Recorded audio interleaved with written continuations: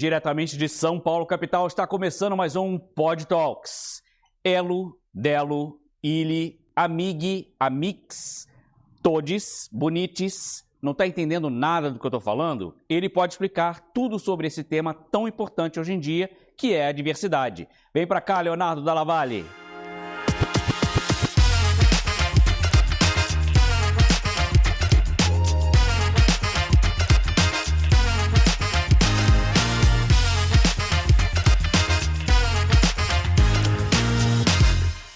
Léo, obrigado por você ter podido estar aqui conosco. Eu sei que a gente está tentando esse encontro há bastante tempo já, mas deu certo. Ainda bem que você está aqui com a gente. Rafael, estou muito feliz de estar aqui, obrigado. E foi bem batalhado, né? Mas que bom que deu certo. Sim, com certeza, com certeza.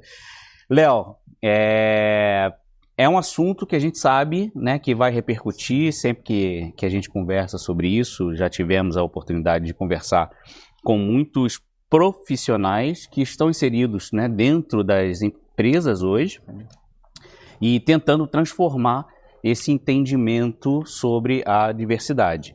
Mas é a primeira vez, né, que a gente tem a oportunidade de trazer alguém que influencia, alguém que dedica, né, a sua carreira profissional no esclarecimento sobre os mais, né, variados temas em relação à diversidade e a tão famigerada linguagem neutra de gênero, que a gente vai bater esse papo aqui.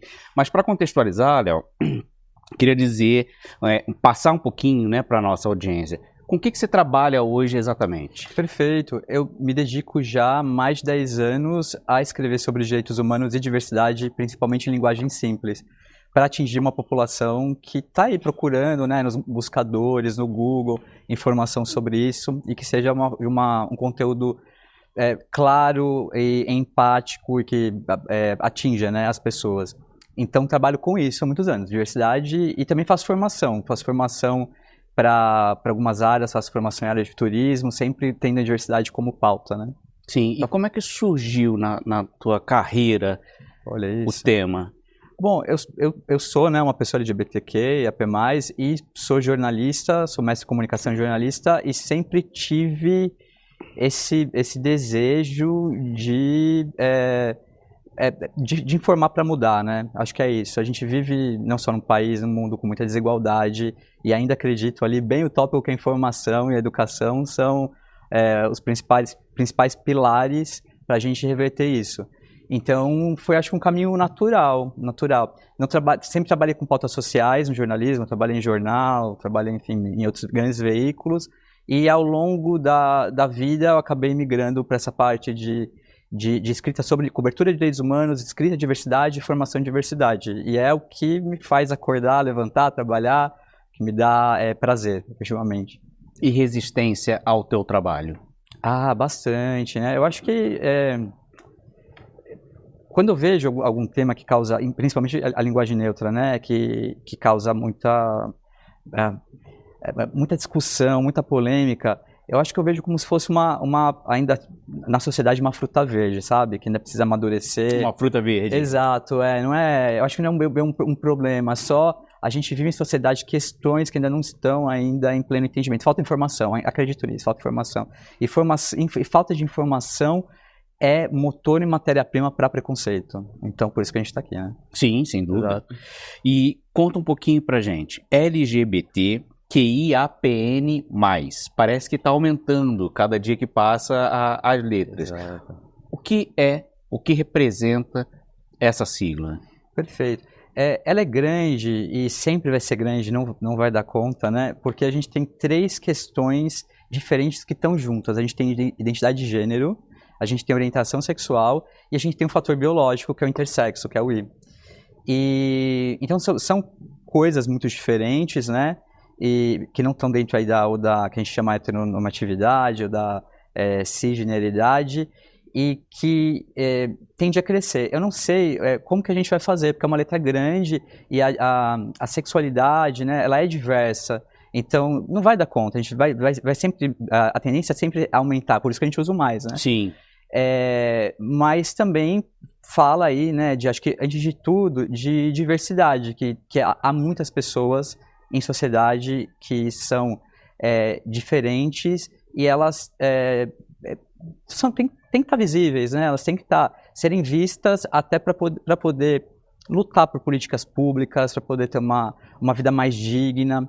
Então, eu sei que para quem não causa muita estranheza. A gente aumentou de novo a letra, mas acredite, para aquela população que não é representada... Aquela parcela... Exatamente, né? Faz toda a diferença, assim, toda a diferença. Agora, eu estava conversando nos bastidores, pouco antes de gravar, que parece estar havendo uma tendência, principalmente nos veículos internacionais, de voltar ao original, LGBT. Exatamente. Sigla. Eu brinco porque assim, a gente não tem uma ONU, né, da diversidade, que as pessoas sentam e definem, tudo é muito orgânico, até questões de letra, de bandeira, né, não tem um movimento, né, que decide, as coisas vão acontecendo.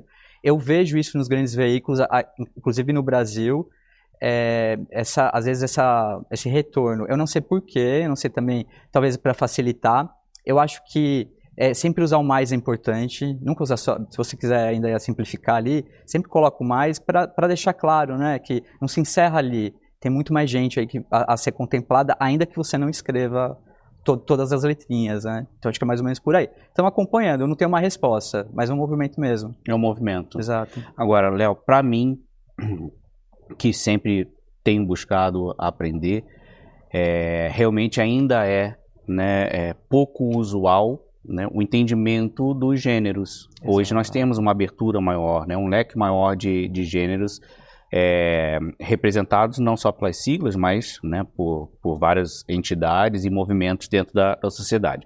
Fala um pouquinho para a gente sobre esses gêneros. Perfeito. Até interessante, porque quando a gente fala de linguagem neutra, a gente tem que é um tema que deve surgir, a gente tem que dar 2 passos atrás, que entender quem são os não binários, né, que demandam a linguagem neutra, mas entendente de tudo que é gênero. E também tem muito mito, né, muita polêmica, é um tema que ainda é visto como tabu por setores mais conservadores da sociedade. O gênero, ele é pautado por um fator biológico. Então, ele é pautado por fator biológico. Quando a gente nasce, você, uma criança, você olha o órgão genital daquela criança e a gente atribui um gênero a ela. A gente atribui porque é algo cultural e é compulsório. Você parte do princípio que, vamos lá, quem tem pênis vai ser do gênero masculino homem e quem tem vagina não. E já começa complicado aí porque você tem um intersexo. Então, mesmo no plano da biologia, a gente já não tem só o binarismo, ainda que ele seja o mais visível. O intersexo, para quem não sabe, a gente chamava no passado de hermafrodita. Sim. Existem 48 possibilidades de ser intersexo, entre físicas, genéticas, hormonais e tal. E é muito complicado, porque quando nasce, por exemplo, um bebê, para se entender como a questão de gênero é complexa. Quando nasce um bebê intersexo, você não tem como falar se ele é do gênero masculino ou feminino, né? E o que acontecia no passado é que as famílias e os médicos optavam por uma cirurgia, mutilar. Escolhia um sexo, escolhia aleatório. Aquele é o mais relevante, provavelmente, né? O órgão prevalecente, e aí definia o sexo ali. E geralmente costumava ser sexo feminino, porque a cirurgia, né, da vagina é um pouco mais fácil. Né? Só que acontece que essas crianças cresciam, então você vê como que é cultural. E aí muitas não se identificavam com aquilo. E aí eu entender o que tinha acontecido com elas. Então, só para a gente entender que essa atribuição ela é cultural e ela é compulsória. Então, voltando aí agora dentro dessa binaridade de gênero. Quando eu falo então essa criança ela tem ali eu, você, eu no meu caso, né? Eu sou homem, nasci com pênis, me atribuindo um gênero masculino, e aí cria-se vários símbolos para esse gênero, né? Então, expectativas. Então, gênero ações, expectativas e comportamentos que se esperam, né, de uma pessoa. No meu caso, então, é esperado que eu use o cabelo curto, que eu use azul. Vamos lá, meu pai me colocou a camiseta do Palmeiras, eu fui pra vida. Você tem um carrinho pra brincar. E aí o que acontece e isso é tão cultural que o que é ser homem e o que é ser mulher no Brasil não é a mesma coisa que na Índia, do que na China, do que em povos tradicionais que não tem essa mesma divisão de gênero. Mas tudo bem, né? Então a gente acaba assumindo isso. Aí tem pessoas que se identificam, que é o meu caso, provavelmente o seu, que a gente designar um gênero pra gente a partir do nosso sexo biológico e a gente se identifica. Eu me identifico, eu me expresso de uma forma masculina e pra mim tá tudo bem. Uso meus pronomes, ele deles, que são respeitados em sociedade e é fantástico. Porém, uma parcela significativa da população não se identifica. como é compulsório, ninguém espera na sociedade a gente se desenvolver para entender qual que é o nosso gênero. Então, elas vão ser vistas como desviantes, que é os transgêneros. Então, se eu não sou cisgênero, eu sou trans. O que acontece, Rafael, é que é mais visível, né, essa transição de gênero quando a gente pega a letra T, que é um guarda-chuva. Então, assim, é mais visível que a pessoa ela era de um gênero masculino e aí ela como se ela migrasse 180 graus, né? Então ela transiciona para um gênero feminino ou vice-versa. Ela está num campo, ela vai para o outro. Porém, dentro da sigla T, há aquelas pessoas que não se identificam com a binaridade. Então, ok, eu nasci me atribuindo um gênero masculino, mas eu não me identifico com o gênero feminino, ou não me identifico todo o tempo. E aí entram os não binários. Se a gente imaginar um guarda-chuva, então assim, o T está aqui em cima, aí é uma identidade de guarda-chuva, os não binários estão embaixo desse T, e os próprios não binários, ou não binárias, também é uma identidade de guarda-chuva, porque você pode fluir, ok, eu não me identifico, me atribuindo no gênero masculino, eu não me identifico como mulher, não o tempo todo, mas eu posso estar fluindo entre os dois, então, ao longo da minha vida eu posso ter várias transições, e aí é o gênero fluido. Só que tem pessoas também que não se identificam com gênero algum, que são agênero. Então, esses dois e outros mais também estão dentro do NB. Temos o T, temos o N, e aí dentro do N todas essas identidades. E aí vão ser essas pessoas que não se veem, né, não se identificam com esse gênero, mas também não estão na binaridade, que alguma delas, não todas, vão demandar a linguagem neutra. Agênero. E se não é um, se não é outro, como é o agênero? Você já conversou com algum agênero? Muito, essa semana, inclusive. Fiz uma matéria sobre agênero essa semana. Não, inclusive tem um amigo, né, que é agênero. Mas ele demanda, ele aceita todos os pronomes. É muito interessante falar da ageneridade, porque assim, a gente não percebe como o gênero está incrustado na nossa sociedade. A gente ainda tem, por exemplo, profissões que são determinadas por gênero, a gente tem expectativa. Verdade. Então, muito das nossas relações sociais são determinadas por gênero. E aí, quando você entrevista, né, quando você tem ou amizade com pessoas que são não binárias a gênero, que elas falam muito que, por um lado, é muito libertador. Você não viver nesses estereótipos de gênero, né? Por outro, também traz problemas de pertencimento. Porque, sim, você se sente meio no mundo, é um mundo que está ali, né? Você entra numa fast fashion, por exemplo, você vai ter ali dividido, né, as roupas por gênero, que é de homem, que mulher. Então imagina como isso, você não se identificar com isso e ter que criar outras formas de pertencimento num mundo que não te acolhe, né? Ou que não está preparado para isso. Então é um desafio muito grande. Sem dúvida. E, já que a gente está falando sobre isso, sobre o agênero, que melhor, né, se aplica a tal da linguagem neutra de gênero. Uau, a linguagem neutra ela é uma forma de comunicação que ela é inclusiva e aí tem várias questões que falar de linguagem neutra é falar de linguagem, né? Então vamos começar. Vamos começar.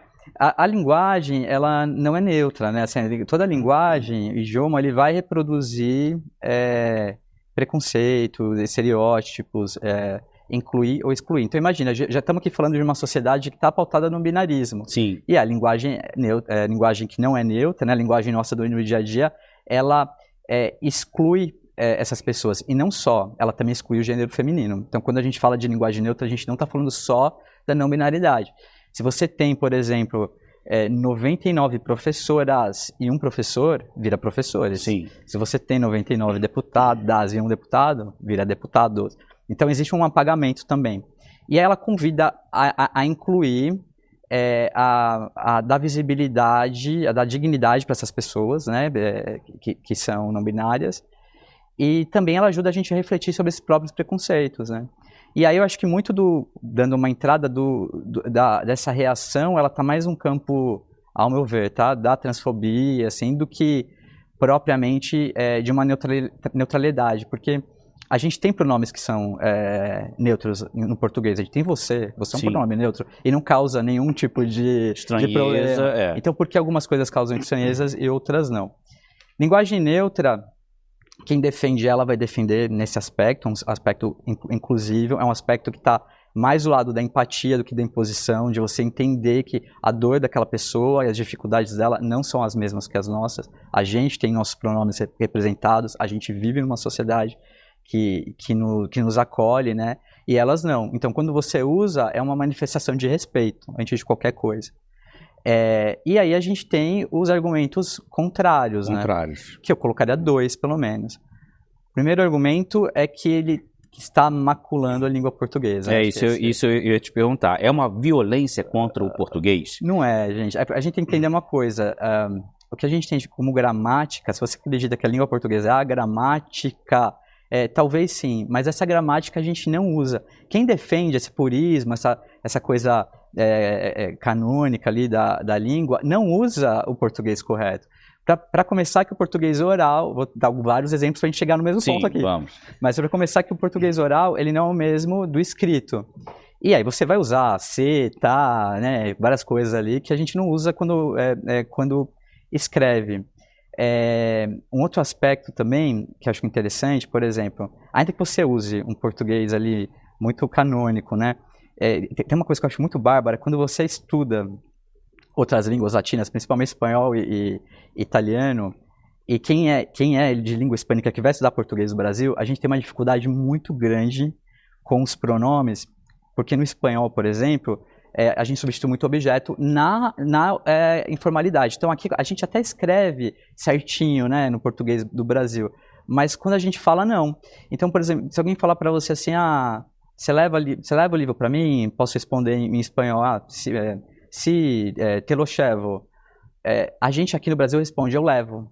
Eu levo o quê? Para quem? Então quem estuda português fica perdido, assim, fala, gente, mas vai levar o quê? Ou a gente repete o objeto várias vezes, eu levo o livro, não, eu levo o livro. Mas por que você está repetindo? Isso é redundante. Mas quando a gente vai escrever, a gente pode até escrever, eu posso levá-lo, por exemplo, né? Tudo isso para dizer o quê? Que a gente não fala esse português tão puro que se prega. Se ainda a gente falar, se alguém fala, é certo ou errado comparado ao quê? É comparado ao português do país que nos colonizou, né, que é Portugal. Se aquele português pode ser considerado correto. E ainda assim, Portugal não fala o mesmo português de 500 anos atrás, né? Então, o que é falar certo e o que é falar errado é muito relativo. E a gente tem um segundo aspecto, que a língua é viva, uma língua que não muda, ela é morta. E aí, pegando você, que eu comentei agora, né? Por vossa mercê. Exatamente, vossa mercê, que virou vós me ser, que virou você, que virou C. E hoje em dia a geração Z ali no WhatsApp coloca só coloca a letra C, né? E é isso aí, né?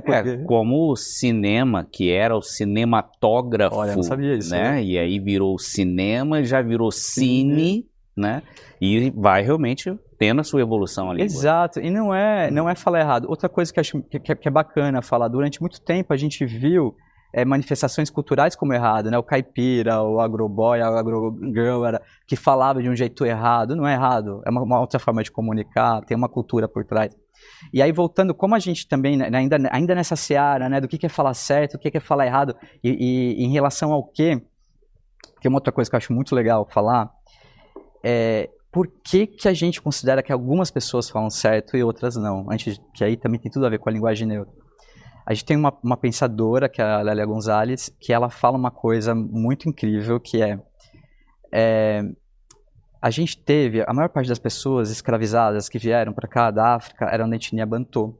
E elas não tinham o L, não tinham L na parte fonética. Sim. Então, flanela, Flamengo, virava franela, virava Flamengo. Como a maior parte dessa população que é descendente de pessoas escravizadas ainda são a população mais pobre do nosso país, sempre teve muito preconceito com isso. Fala errado, é fra, não fala... É uma brincadeira, eu sou carioca, perdão, no Rio de Janeiro ainda se zoa, né, o flamenguista, né, como Flamengo, né, isso realmente acontece. Mas você vê que tem uma questão... E eu sou flamenguista, tá? Muito bom. Tem uma questão cultural ali que tá entre... É uma manifestação cultural que a gente não valoriza. Sim. Mas, ao mesmo tempo, se a gente vê um americano ali que tá errando no português, tentando... Nem sempre a gente vê americano branco, por exemplo, ele tá falando errado, mas é para a população mais pobre, a gente fala, não, eles falam errado. tudo isso para falar o quê? É muito relativo. O que é essa gramática que a gente defende ali com unhas e dentes, né? Seria por aí. Esse é o primeiro argumento contrário, Sim. que a gente está ali violentando a língua portuguesa. O segundo, que é uma imposição.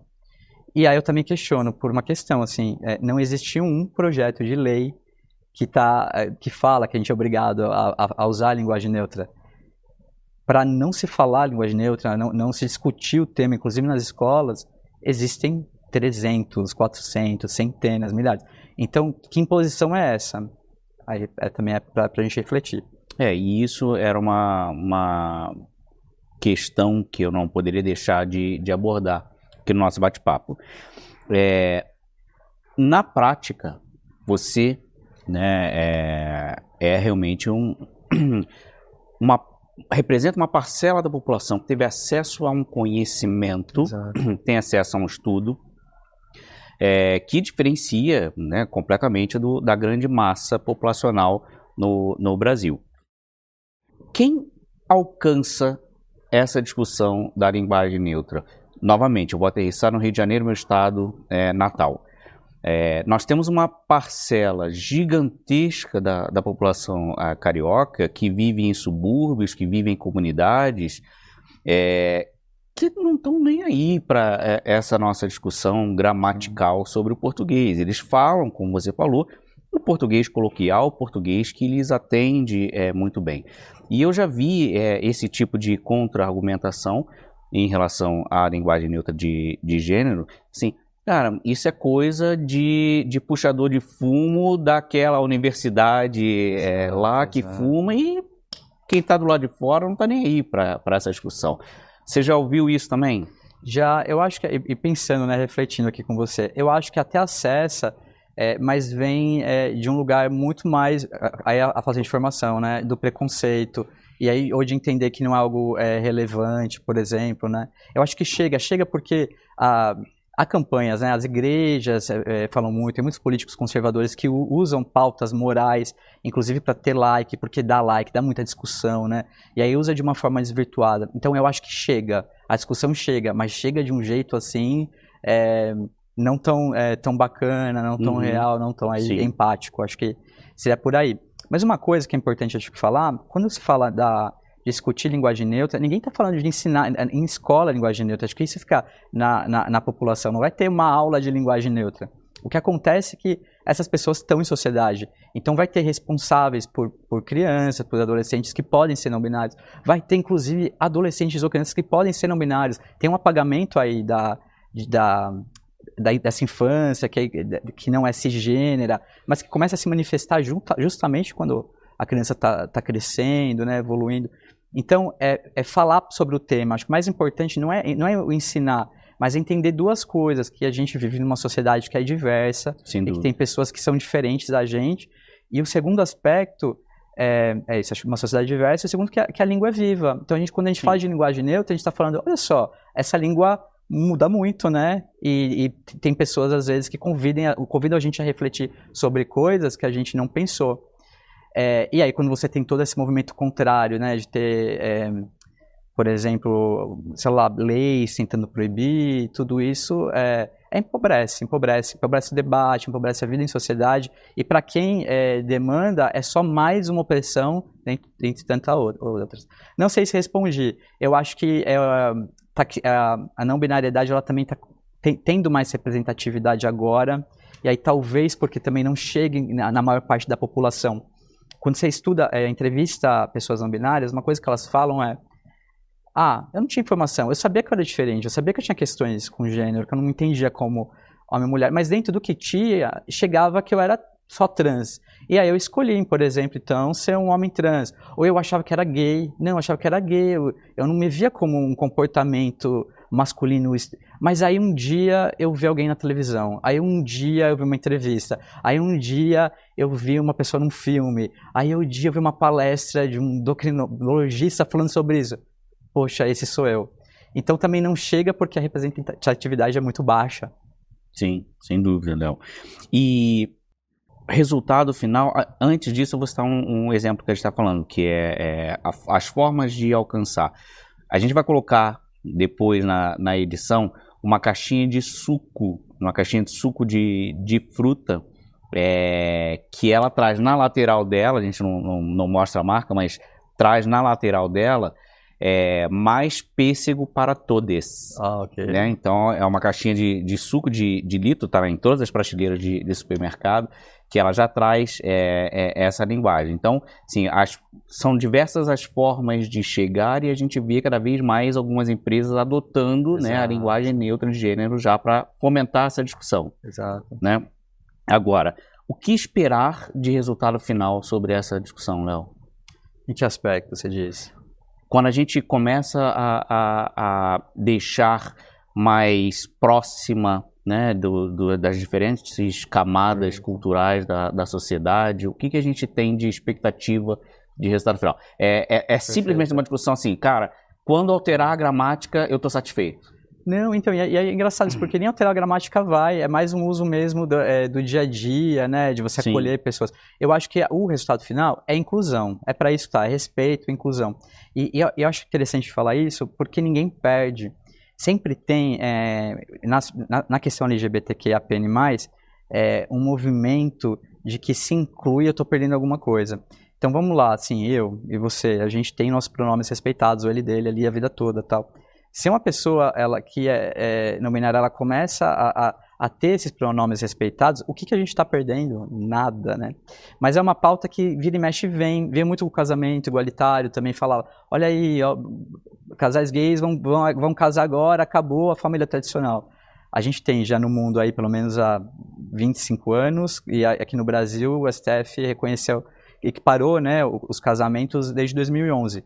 Ninguém perdeu. Que bom que tá todo mundo feliz aí, cada um encontrando seu par, casando e vivendo. Então no final do dia não tem perda. E acho que é isso importante, assim, salientar. Um resultado final é só uma inclusão e mais respeito. E para quem não tem dignidade, né? Muita coisa. Com certeza. Sim. Principalmente a dignidade. Exato, né? exato.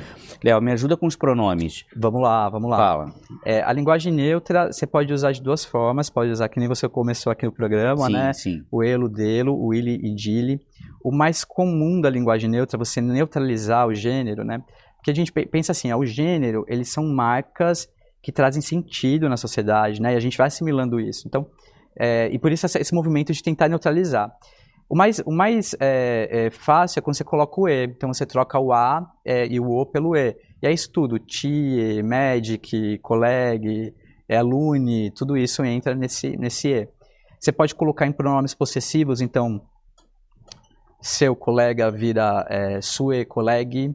Você pode colocar antes de nomes, lembrando que nome, qualquer nome, Rafael Leonardo, não tem gênero, tá? Poderia ser uma mulher e poderia me chamar Leonardo, não tem isso. Então, mas como neutralizar isso? Você coloca o E antes. Você não fala, eu falei com Carlos. Você pode falar, eu falei com E. Carlos. Com E. Carlos. Exato. Essa é a forma mais tranquila. Vai ter agora umas adaptações, principalmente em plural. Então, por exemplo, trabalhadores. Já o plural já denota uma coisa mais masculina. Então, você pode colocar IES, trabalhadores. E uma outra última coisa... Como o plural do inglês. Exato. Yes. Exato. Tá. E aí outra coisa que você pode fazer é em nacionalidades, que você fala, os portugueses, os japoneses, que também é mais complicado, aí você pode usar o portugueses, japoneses. É basicamente isso. Sim. Então você vai... E tem outras formas aí, né? Mas aí você vai neutralizando, fazendo adaptações. E chegou a hora do nosso patrocinador, Olus, onde eu pergunto para o meu convidado. Léo, vamos imaginar, né, hoje o Léo é um profissional bem-sucedido, com a carreira estabelecida. Se você tivesse a oportunidade de encontrar o Léo lá no começo de jornada, que conselhos do que fazer e do que não fazer você daria para aquele Léo, para que ele pegasse talvez um caminho mais fácil? Olha que pergunta, hein, Rafael? Uma boa pergunta. Eu acho que eu falaria para ele continuar trabalhando com o que se gosta. Eu acho que é importante, né? Você ter prazer de trabalhar é interessante. Sempre entender que tem alguém que vai... Em toda profissão, a gente acha que está ajudando alguém, sabe? qualquer profissão, a gente faz algo pelo outro. Então também não perder isso de perspectiva, que eu acho que também dá ali um gás a mais para o dia a dia. Eu falaria uma coisa um pouco polêmica, eu falaria para ele não trabalhar tanto, porque eu sou um rapaz capricorniano, trabalho demais, se deixar emendo aí de domingo a domingo trabalhando, e acho que eu falaria aí, olha, dá uma maneira aí, talvez isso. Muito bom, Léo. Eleve a experiência do seu cliente com a tecnologia Omnichannel da Olus.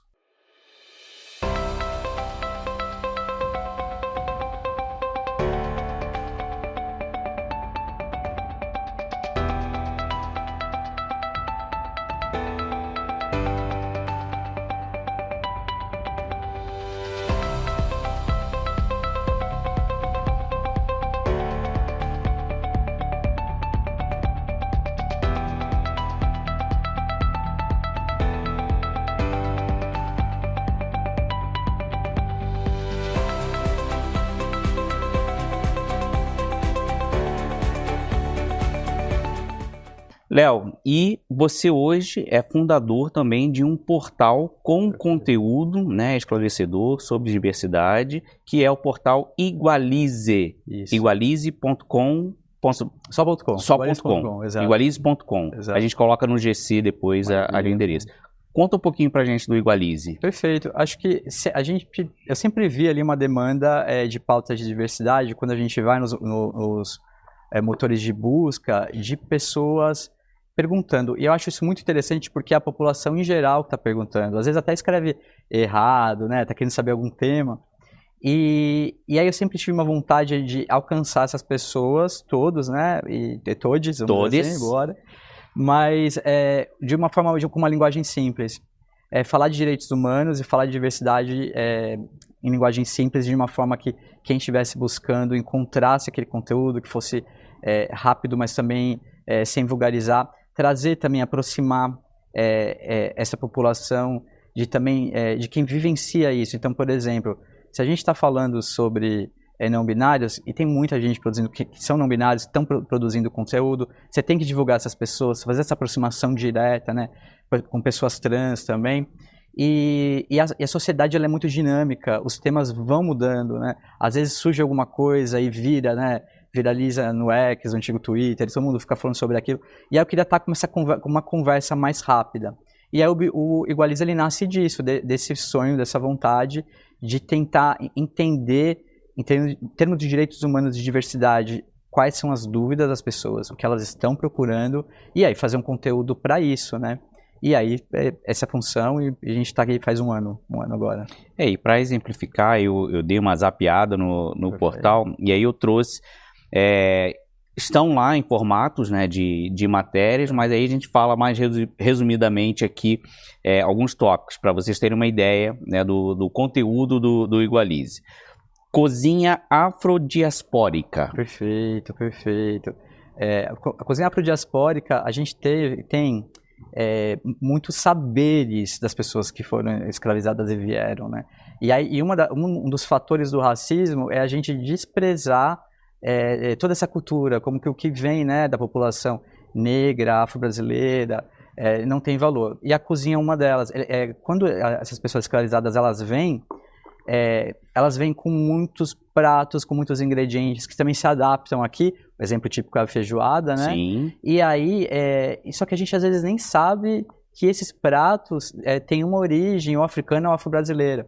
E aí tem pesquisadores que estudam isso, e aí um dos objetivos dessa matéria era trazer a história de alguns pratos. Então, quindim, por exemplo, é um prato que tem origem africana e foi adaptado aqui no Brasil, porque se usava farinha de castanha, e aí aqui perceberam que, enfim, o coco podia substituir, e aí virou um prato super brasileiro, mas tem uma origem, tem um saber. A gente tem os clássicos, né, acarajé, tem o cuscuz.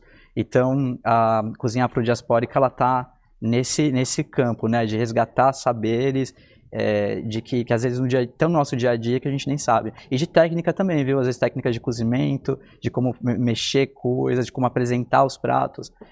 Tem um saber africano, afro-brasileiro. Perfeito. Pink Money, Pink Washing. Ah, ok. Isso foi um tema muito importante agora, que a gente vem do mês da diversidade. O pink money e o pink washing, o pink money é basicamente você tentar aproveitar o poder de consumo, né, de pessoas que não estão aí dentro da heteronormatividade ou da cisgeneridade, mas o pink washing, que é o primo não tão bacana também, né, do pink money, é quando as empresas elas não têm comprometimento com isso e com uma pauta. Então vamos lá, na estrutura delas, elas não estão, por exemplo, respeitando o pronome de funcionário, elas não estão tendo plano de carreira, não estão contratando, mandam embora quem é LGBTQIAPN+, tudo isso, mas aí chega no mês da diversidade, elas colocam o logo delas em formato de arco-íris. Isso basicamente é o que é o pink washing. O pink washing. Exato, e a gente vê bastante. A parte boa é que tem muita denúncia hoje em dia, assim, tem muita brincadeira. Se você pega as redes sociais agora no começo né, do mês da diversidade, tem muito meme, muito vídeo. Sim, é engraçado, mas sim. enfim, é um problema, né? Papel do salvador branco. Ah, perfeito. A gente ainda tem, principalmente nos filmes e livros, umas narrativas em que o homem branco vai salvar grupos em vulnerabilidade ou minorizados, como se aquelas pessoas não tivessem potencialidade. O exemplo clássico que a gente tem de Salvador Branco é a Princesa Isabel, né? Então, que hoje na história a gente cresceu, a minha geração, a sua, achando que é isso, que a escravidão acabou por uma assinatura, né? Assinatura ali. Mas não, a gente tem que só pensar quantas revoltas, quantos quilombos, quantas pessoas escravizadas resistiram, se fizeram, né, valer, né, sua dignidade, sua vida. E aí, isso ainda é reproduzido no dia de hoje, Sim. principalmente em narrativas cinematográficas, de entretenimento, não só em redes sociais também. Salvador Branco é quando eu vou fazer uma missão na África para ajudar alguma população, mas aí eu vou publicar a foto minha, aí é um homem branco, ajudando criança africana. Isso tudo traz muito clique, mas desvirtua, né, assim, o que é essas relações raciais. Então, a gente entrevistei, né, pessoas para falar sobre o Salvador Branco, justamente para a gente não cair nessa armadilha. Até porque a gente tem uma educação eurocentrada, isso é um fato, né, cultural do nosso país. E a gente falou da Princesa Isabel, que citou como exemplo, mas para quem gosta de história ou deseja conhecer um pouco mais, existe todo um contexto político que comumente não é contado nessa história romanceada, é um romance, né? Exato. Que pega aquela pena muito bonita com a tinta, né? E assina ali a Lei Áurea, mas eu convido a você explorar um pouco mais o contexto político que levou. Não que não tenha sido um movimento importante, é um movimento importante da história do nosso país, mas é preciso entender, né, o que está por trás ali nos bastidores. É legal você falar isso porque a questão também, né, do gênero, ela a gente é atravessado pela colonialidade. Então pensa que para as populações, não é, a pessoa fala muito assim, é uma moda agora, não é. Populações tradicionais, não só aqui do Brasil, elas não tinham a binaridade de gênero. É difícil falar porque população tradicional, a gente está falando de muitos grupos, muitas comunidades e povos que não são iguais. Só que no Brasil a gente tem, só em povos indígenas, 200, uns com uns 800 anos de história, outros com 3.000. Mas, em linhas gerais, essa binaridade, ela vem do colonizador europeu, que chega aqui e vai vestir todos os índios, vai colocar saia índia, calça índia, cortar o cabelo curto de índio. Então, e a gente ainda reproduz isso, né? Pensar, né, no quanto nossa educação é eurocentrada, né? Pensar numa educação que a gente chama hoje mais decolonial, também ajuda a gente a rever que o gênero não é tão natural assim, ainda que esteja pautado numa questão biológica, ele é 100% cultural. E, Léo, a gente está falando de gênero, me ocorreu aqui, e certamente você tem, né, já alguma familiaridade com exemplos do que eu vou citar. Uma outra questão que tem sido muito discutida e gerado ódio ao invés de esclarecimento, infelizmente, é a questão dos banheiros nas escolas, né? Como é que você vê essa necessidade, né, de uma adequação, né, de uma estrutura de banheiro? E não diria nem só nas escolas, mas nas empresas também, né, é uma realidade. Eu acho que assim, se a gente tivesse mais o campo da educação, não seria necessário. Mas dentro dessa é um assunto muito complexo de se dizer, porque tem várias nuances. Então, quem vai demandar uma questão de banheiro são pessoas trans. A gente não pode perder de vista que as pessoas trans hoje ainda são as mais assassinadas, violentadas, no caso de escolas que vão sofrer bullying. Então, uma coisa que é tão simples para todo mundo, para você, que eu quero ir no banheiro, eu vou usar um banheiro, vira um fator de risco de morte, né? Então, a gente não pode perder de vista que não é uma firula, assim, é uma questão que é real. Eu preciso ir no banheiro, todo mundo precisa ir no banheiro. E, principalmente nos banheiros masculinos, que eu não sei porquê, só tem mictório às vezes, né? Sim, exato, verdade. Né? E aí, às vezes, você tem um homem trans que tem vagina, ele não vai conseguir usar o mictório. Então, por isso que eu falo, se a gente tivesse uma educação, a discussão não estaria tanto nessa questão da imposição, de que precisa, mas é olhar que, gente, olha, essas pessoas precisam ir no banheiro, né? E como fazer com isso? Não tem uma resposta pronta, mas eu acho que antes de tudo é ouvi-las, é entender que é uma demanda legítima, talvez não constranger, assim, porque para quem é trans, às vezes, imagina aí, eu estou em uma festa, eu preciso ir no banheiro, eu preciso procurar alguém para falar, olha, eu vou no banheiro feminino, eu vou no banheiro masculino. É extremamente constrangedor. Mas se eu for também, eu posso apanhar, eu posso sofrer retaliação. Então, um tarado, uma tarada. Exato. Né? E no final a pessoa só precisa fazer xixi. Sim, sem isso, dúvida, como todo ser humano, né? Então a gente precisa ouvir isso e também acho que olhar com um olhar um pouco mais empático e menos com essa coisa. Essa é a palavra. A palavra de ordem é empatia. Exato, né? exato. É se colocar no lugar do outro, ou se não conseguir se colocar no lugar do outro, não fale nada, exato, né? Exato. Se exima. A chance de ser só alguém querendo usar um banheiro é muito maior do que de ter uma questão de violência ali, né? E aí não é equalizado, não é equalizado. A pessoa, principalmente quando eu pergunto para quem é não binário, como que você vê isso? Basicamente, a pessoa escolhe o banheiro onde ela vai sofrer menos violência ou menos constrangimento, ainda que ela expresse o gênero dela de uma outra forma, né? Porque isso é uma outra coisa, a gente tem expressão de gênero. Às vezes o que eu sou internamente, posso ser uma pessoa a gênero, mas eu estou expressando o meu gênero de uma forma lida como masculina. A minha roupa não diz respeito da forma com a qual me sinto, minha identidade, né? Então é um problema mesmo, algo que a gente precisa discutir como sociedade, mas sem perder de vista a empatia. A empatia. Exato. Você trabalha com muitas empresas, muitos empresários. Como é que está a questão da diversidade nas empresas? Olha, é complexo dizer, porque por um lado eu vejo uma vontade de algumas empresas genuína mesmo, que entendem que quando a gente tem diversidade, todo mundo ganha. Porque, principalmente quando você tem um produto, você tem uma equipe diversa, são vários olhares diferentes, olhando o mesmo objeto. Pessoas que não estão nos mesmos locais da sociedade. Então, às vezes, para você atrair um consumidor, é muito melhor. Então, eu vejo nesse lado. Tem uma preocupação também. E uma preocupação de ter diversidade no time, de você também ter pessoas felizes, né, sendo respeitadas, porque quem é respeitado vai, enfim, conseguir colaborar, trabalhar, contribuir de uma forma melhor. Por outro lado, eu acho que ainda também um setor ali do empresariado que não entende justamente por tudo isso, por toda essa falta de informação e tal. E aí vai optar por contratar ainda pessoas que não estão no campo da diversidade, seja LGBTQIAPN+, seja também racial, né, que a gente vê. A gente vê, às vezes, né, empresas falando, eu fui no mercado e não achei alguém. Eu contesto isso um pouco, assim. Até porque tem muitos profissionais bons, você pode formar, ajudar a formar e ter ali também um funcionário, né, que vai ser também fiel a esse projeto, um parceiro, um colaborador. Então, acho que não tem uma resposta única, não. Estamos caminhando, porque está sendo discutido, né, em sociedade, mas tem empresas e empresas. Fantástico, Léo.